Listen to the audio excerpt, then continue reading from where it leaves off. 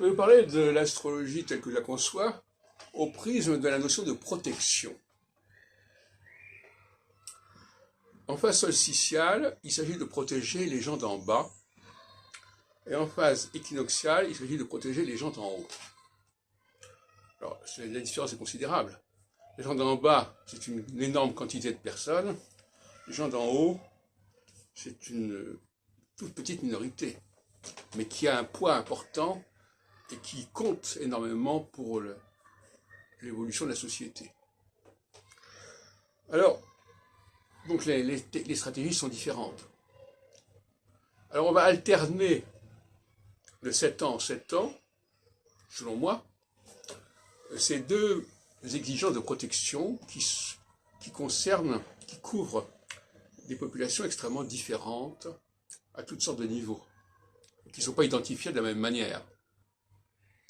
Les mesures sociales qui sont prises à une très grande échelle concernent la phase solsticiale.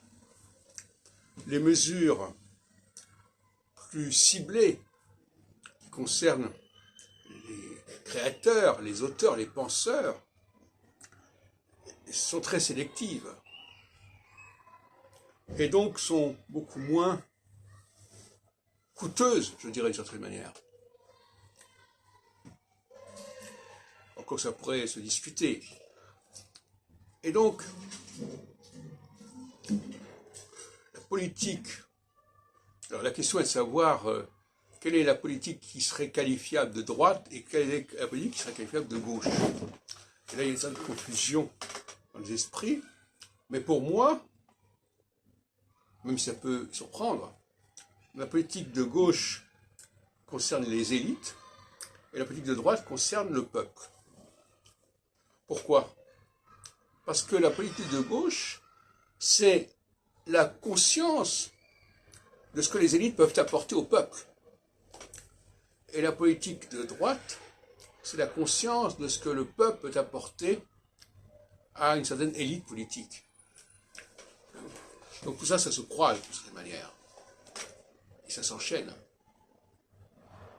En tout état de cause, à l'heure actuelle, étant entré, selon moi, en phase équinoxiale, depuis quelques temps, depuis quelques mois, il faut s'attendre qu'il est souhaitable qu'il y ait une politique de protection et de repérage des élites, et notamment des élites qui n'ont pas la protection voulue et souhaitée. Parce que, de la même façon qu'il y a un prolétariat qui est maltraité, il y a aussi des élites qui sont maltraitées. J'en ai déjà parlé à plusieurs reprises, notamment en ce qui concerne la question des retraites. Il est essentiel de revaloriser les retraites de ceux qui n'ont pas cotisé particulièrement, mais qui ont produit des travaux importants, qui n'ont pas forcément été sanctionnés par les institutions, ou pas comme il aurait fallu. Et donc, il faut modifier le régime social de ces élites, en passant par une commission, si on veut, qui étudie les cas les uns après les autres, qui statue sur ces cas, une commission constituée bien sûr d'intellectuels, d'enseignants, d'universitaires, etc., et qui observe, qui constate qu'il y a eu chez certaines personnes dans leur carrière des trous, des manquements, des insuffisances de toutes sortes, des manques de reconnaissance, des manques de consécration, et qu'il n'est jamais trop tard pour bien faire. Alors, par définition, ces élites, elles sont à la fois âgées d'une certaine manière, mais il peut aussi s'agir, au contraire, de bourses accordées à des chercheurs. Par exemple, les bourses concernant les travaux de doctorat ne sont pas suffisantes. Le CNRS ne s'occupe pas suffisamment d'un certain nombre de dossiers. de chercheurs.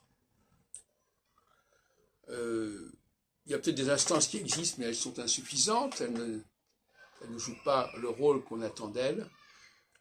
Et puis, il y a aussi, tout simplement, la solidarité familiale, c'est-à-dire de prévoir des réductions d'impôts pour des familles qui ont en leur sein des élites qui n'ont pas les conditions de vie optimales, pour ne pas dire pire.